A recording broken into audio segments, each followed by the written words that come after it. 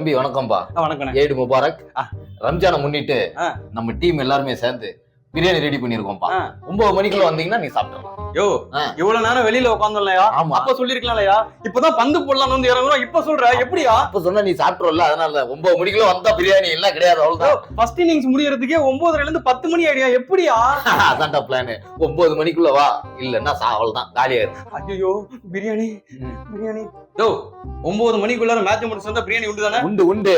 இப்ப எப்படி இன்னிங்ஸ் முடிக்கிற மாதிரியா? பாரு பாரு பாரு. ஏய் என்னடா இது, பவர் பிளேக்குள்ளே 3 விக்கெட் தூக்கிட்டீங்க. 3 விக்கெட்டை தூக்கறத விட்டியா? ஒருத்தன் முட்டையை தூக்குறான் பாரு, அவன்கிட்ட இருந்து வாங்கி வைங்க. எவனது அப்போ சீக்கிரம் முடி, அப்பனால பிரியாணி வரும். டேய் என்னடா இது, இன்னைக்குன்னு பார்த்து 10 ஓவருக்குள்ளே 6 விக்கெட் எடுத்திருக்கீங்க. 6 விக்கெட் எடுக்கிறதெல்லாம் இருக்கட்டும்டா. அங்க பண்ற பிரியாணி 6 விரா தேக்ஸாவை கொஞ்சம் மூடி வைக்க சொல்றா. தட்டுப்பா, நல்லா மூடி. சரி சரி தம்பி, நல்லா பவுலிங் போடுங்க, நல்லா பவுலிங் போடுங்க. மறுபடியுமா? போடுறா பவுலிங் போடுறா. முடியலையா? பிரியாணி இங்க பாரு, பிரியாணி. இப்ப எப்படி வந்து போடு சீக்கிரம் போடு. அவுட்.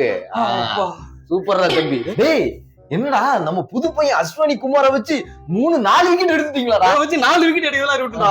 இன்னும் 4 நிமிஷம் தான் இருக்கு. என்ன பந்து போட விடுறா. போடு. டேய் சூப்பர்ரா. 9 மணிக்குள்ள 10 விக்கெட் தூக்கிட்டீங்களா? அங்க போடுறா, ஒருத்தன் தேக்ஸாவை தூக்குறான். பிரியாணிடா. டேய் போ. எப்பா ரஹனே, மும்பை கூட வான்கடையில மேட்ச் எப்படிப்பா ஜெயிச்சிருவோமா? கவலைப்படாதது, இது வான்கடை 20 வருஷம் விளையாடி இருக்கேன். எங்க அடிச்சா 6 தெரிக்கும், எங்க போட்டா விக்கெட் விழும், எல்லாமே எனக்கு தெரியும். இது ரஹானே பாண்டியோட கோட்டடி. சூப்பர்ப்பா. எப்படி நீ வேணா பாரு, இன்னைக்கு நான் மட்டுமே தனியா 120 ரன் அடிப்பேன். நீ போய் பசங்களை வர சொல்ல, சீக்கிரம் போயேன். சரி போறேன். தம்பி டிக்காக்கு என்ன பண்ணு, அப்படியே ஆஃப் சைடு அடி.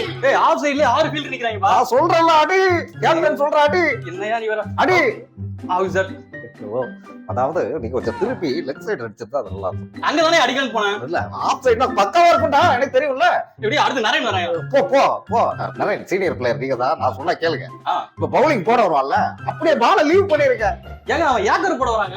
லீவ் பண்ணுங்க, எல்லாம் உங்களை டீம் விட்டு லீவ் பண்ணிடுவேன். லீவ் பண்ணுங்க. அது நீங்க லீவ் பண்ணது பேட்டா வச்சு லீவ் பண்ணிருக்கணும். அதான் தப்பு.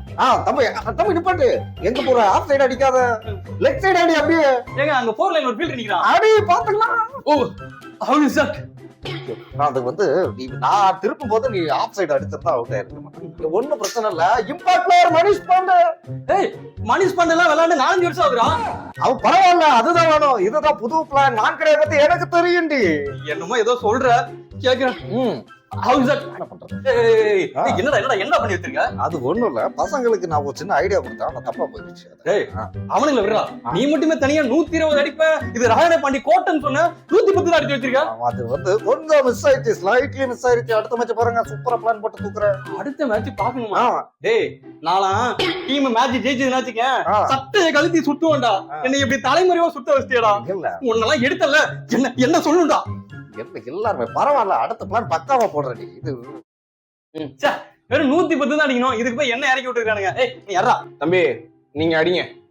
நீ யாரா அடின்னு சொல்லிட்டு அப்புறம் என்கிட்ட கேட்க கூடாது. நீங்க அடிங்க. நீ யாரா அடின்னு சொல்லிட்டு அப்புறம் 110 வேணா. ஆமா அடிச்சு தொடங்கிடா. அப்ப நீ அடி.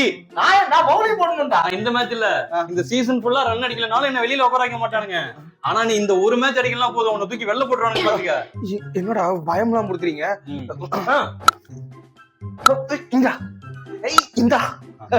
எப்படி? சரிப்பா நீங்க அடிங்க. நான் அடிக்கணுமா? நாடா நீங்க 6 மறுபடியும் 6 அடிக்கிறீங்க. இன்னும் அடிப்பா.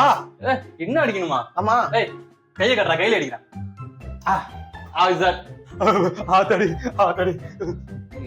நீயாவது அடிப்பா சீக்கிரம். என்ன உனக்கு போன மேட்ச் இறக்கியே விடல. இந்த மேட்ச்ல ஒரு 4 பந்து டொக்கு வச்சு கத்துக்கிறேன். அப்பதான் டச் வரும். அவனை அடிக்க சொல்லு. ஏன் நான் எல்லா மேட்சும் அடிச்சுக்கிட்டு இருக்கல, இந்த மேட்ச் நான் அடிக்கணும். அடிக்கிறேன். நான் ஒரு பால் அடிக்கிறேன்ப்பா. விளையாடு. கேட்ச் அடிச்சிட்டேன். ப்ரோ ஆனா நீங்க சூப்பரா விளையாடுறீங்க ப்ரோ. இங்க பாரு, இங்க பாரு.